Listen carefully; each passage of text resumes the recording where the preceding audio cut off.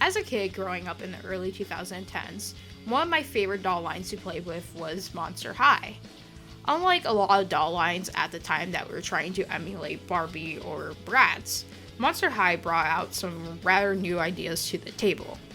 Monster High focused around the children of famous monsters like werewolves or vampires. I know now those ideas aren't so new anymore, but hey, it was definitely a product of its time. Being sold around $20 when the series first started in 2010, we had very articulated dolls with custom face sculpts and rather high quality fashion for the price. A lot of doll fashion back then was very frilly, skater, sparkly, and bright, while Monster High presented some rather alt fashion. Just compare an Aeropostale and Hot Topic from the time and you can understand the stark difference in aesthetics. Also, articulation was pretty huge at the time. Previously, a lot of dolls relied at moving at the shoulder or hips, or even having those snap legs, where Monster High had elbow and knee articulation with even removable hands, which is now kind of standard in doll lines today. It just presented something new in a constantly overflowing industry. As I said before, it's truly a product of its time. And as 2010s moved on, its popularity started to dwindle, with it even being announced that it was discontinued in 2017. How did this popular doll line that was outselling Barbie slowly falling apart? People claim towards the end of the original run, a lot of designs were starting to become a lot more lazy, and it just seemed like the overall quality of the dolls were going down. Personally, the only thing I noticed is that there started being a heavier focus on budget dolls, which meant no articulation and more sculpted on features like clothing.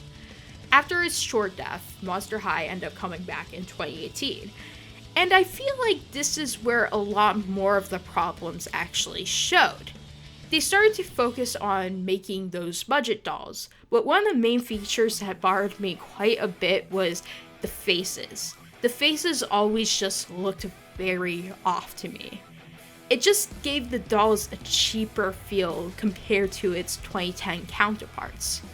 From there, the series was pretty silent. During 2020 and 2021, they focused on releasing some exclusive horror dolls, which weren't bad at all. During this time, though, a mixture of doll customizing and nostalgia hit the series, and it started gaining popularity, where we're getting another reboot and even a live-action movie. The live-action movie is the only reason why I crawled out of my grave to make this video. See, now, Monster High is really aimed towards its original audience by being more of a collector's item than anything. With this movie, well, we all know it's kind of a cash cow that is being presented to a new generation. I know there isn't really good representation when it comes to live action movies, but come on, we kind of know it's going to be pretty bad already from what we saw from the trailer.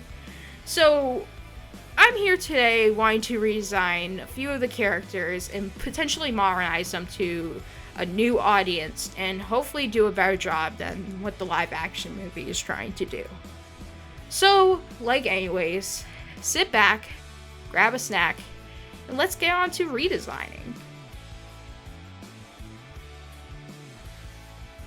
Frankie was the first character I redesigned because growing up she was one of my favorite characters. I'm a huge sucker for doll sculpts, and I know that's such a weird thing to say, but it's a huge factor of why I love Frankie so much. They are also a go-to example of fashion in the series with that Y2K cyber emo look.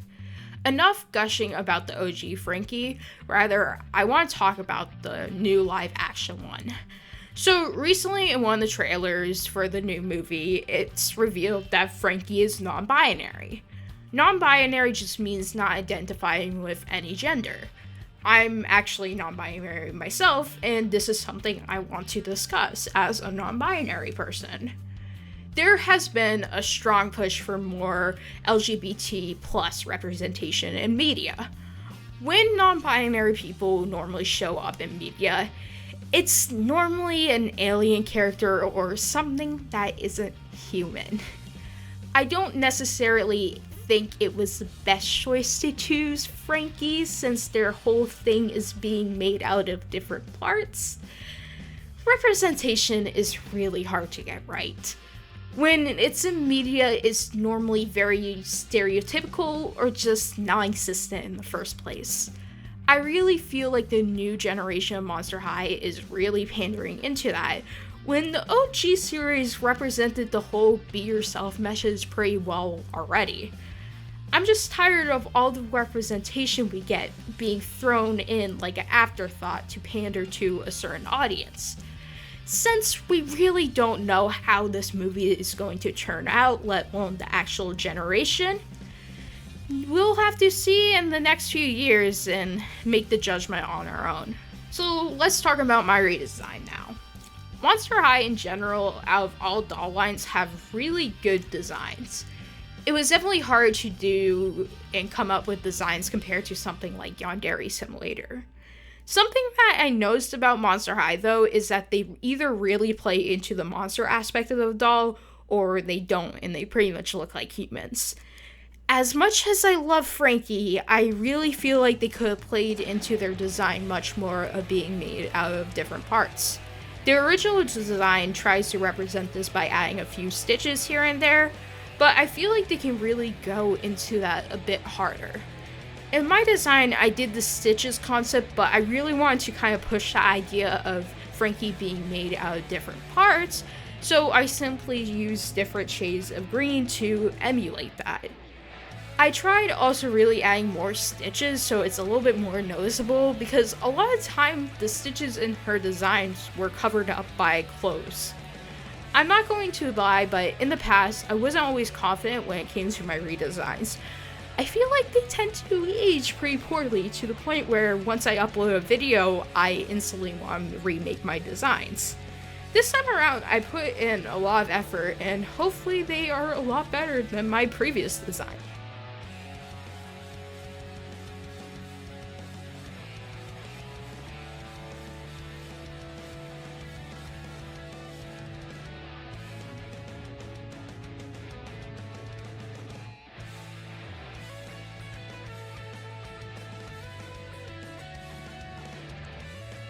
Draculaura was the next character I redesigned. I kind of have a weird connection to Draculaura because she was one of the only Monster High dolls I had when growing up.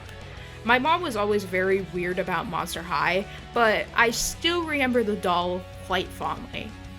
I'm going to give the new generation credit. I really like Draculaura's new design. I feel like older generations never really pushed that whole gothic aesthetic she had going on, and that was my main focus when it came to this design. While she isn't really wearing a lot of black, I tried to give her a more Victorian goth look by adding just some more complex details and a lot more ruffles. Draculaura is definitely one of the dolls I noticed a decrease in quality towards the end of the series. Probably doesn't help that she also got quite a few budget dolls. Something about her face never looked quite right to me. Back when I had aspirations to customize dolls, I ended up purchasing one of the 2018 budget dolls. I know budget dolls are supposed to be cheap and everything, but that completely ignores brands like Barbie who've pushed out fairly decent budget dolls. I just really hate the look of sculpted clothing. It just really diminishes the quality of the dolls even more.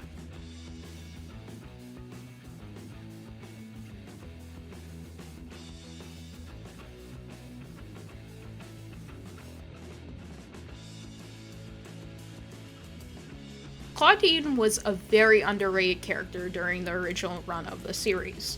I really always loved her fashion and her personality. In more recent times, she's definitely gotten a resurgence in popularity, which is rather deserved. She's also a great example of a missed opportunity for the live-action series, and let me explain how. If you remember in the OG series, a lot of plot points were focused around relationships, mainly on characters like Frankie and Draculaura. The creators of the series wanted a character to balance out all the relationship stuff, which was Clawdeen. Over the years, it became a headcanon that Clawdeen's a lesbian. This is where I want to clear up a lot of misinformation regarding Clawdeen's sexuality in the series to hopefully provide some clarity. Garrett Sander, the creator of the series, has gotten asked about Clawdeen's sexuality. One account states that Clawdeen was never supposed to be a lesbian, but he fully supported the idea. But then there's another account saying that they couldn't have it back then because it was really hard to get queer representation due to a lot of these companies not approving. But apparently throughout the series they have left hints of her possibly being LGBT. When I was researching this, it was really hard to get a clear-cut answer on what's true or not because there's so many different accounts of what people who've worked on the series have said. A lot of the information comes from cropped screenshots that are very low quality, so I can't really get a clear-cut confirmed statement. So pretty much take everything with a grain of salt. That said, in the 2022 reboot, they ended up making her have a male love interest, and a lot of people got upset over that. I do know in the 2018 reboot, Clawdeen did also have a male love interest, but that's also when Sander left the company to pursue other opportunities, so anything that happened during that time was probably without his involvement. I feel like it was definitely a missed opportunity to potentially capitalize on a character whose may have been repressed due to some shittier higher-ups at corporate. I just found it funny for a movie that's trying to be so progressive, they erased these aspects of a character's identity. So, when they rebooted Clawdeen in 2018, for some reason they were really trying to push her in a lot of neon green.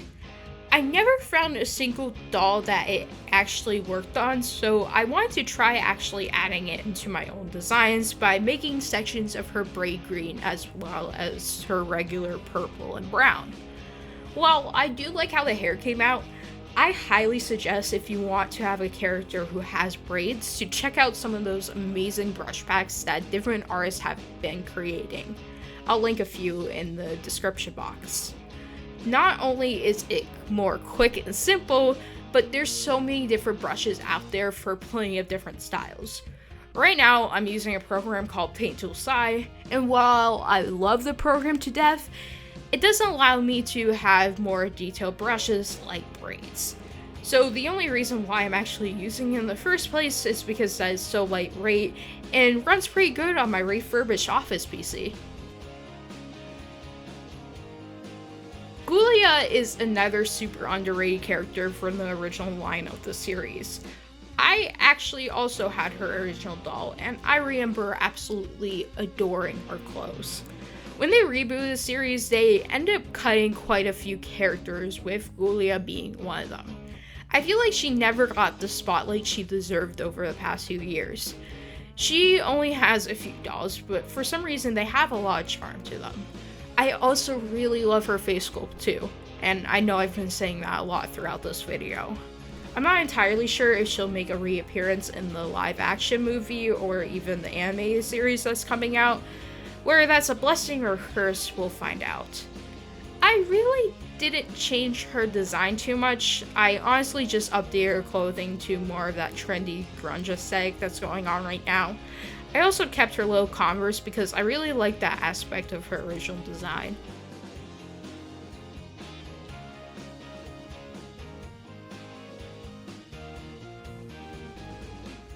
Cleo is a character that I'm not entirely sure about, and that's why I'm very nervous about my design. Cleo is a weird character because she's represented as a mummy with her bandages and some aspects of her clothing, but it's pretty clear that she's based on Cleopatra, even down to her name. I get that maybe it would be hard developing a character singly on a mummy or something like that, but due to also being based on Cleopatra, she falls really hard into those Egyptian stereotypes. I honestly believe a character like this could work, but it just needs to have the research behind it at the same time. For my design, I tried to focus more on modern Egyptian clothing, while still trying to focus on some of the older artwork of ancient Egypt. Cleo's original design was also made out of teal and gold, and I can't really explain why I changed the design to red instead.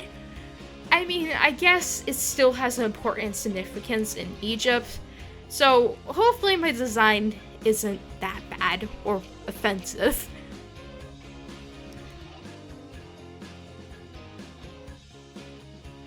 Lagoona is next, and I'm going to be honest with you, I kinda completely forgot about her, and I'm not entirely sure why. I ended up catching myself last minute when I felt like somebody was missing. I was never really into her, and that's probably the reason why I forgot about her in the first place. But I thought it would be really cute to design an underwater character, and she seems rather important in the original series. Her design really focused on that very popular Y2K fashion that's popular now. Monster High in general has never really focused on bodies besides body modifications. All the dolls pretty much have the same exact body shape. So I decided it would be a little bit more interesting to make Lagoona a little bit shorter and curvier, and I think she looks super cute. I actually had a lot of fun for redesigning a character that I completely forgot about. You might notice in the speed paint, I changed a lot of things, mainly the clothing during the lining process, but I think she came out a lot better.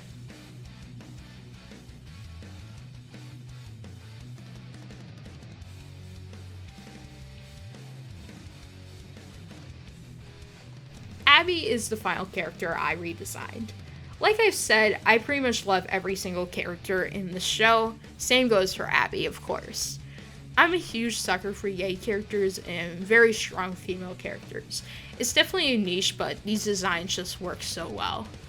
I'm pretty sure she is also one of the characters that's coming back to the live action movie at some point, but I haven't really seen a lot of info about it. I'm not going to lie, I never really cared about her dolls that much. I always thought that their designs were all over the place and rather cluttered. For my little redesign, I gave her those furry boots that I see everywhere now. I absolutely adore them, even though that they're a nightmare to draw.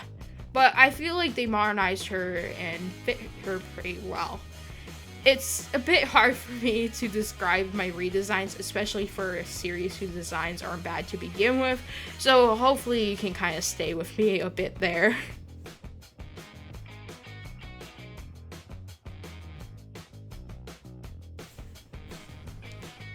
So here are all 7 of the monsters I redesigned. Honestly, I probably should have split up a little bit, but this time around I felt bad for not uploading for a while, so the hell with it. I'm also going to try uploading some individual speed paints of each character on my second channel if you want to check that out, and I'll link in the description. As always, I hope you enjoyed, and I guess I'll see you in another 7 months or so.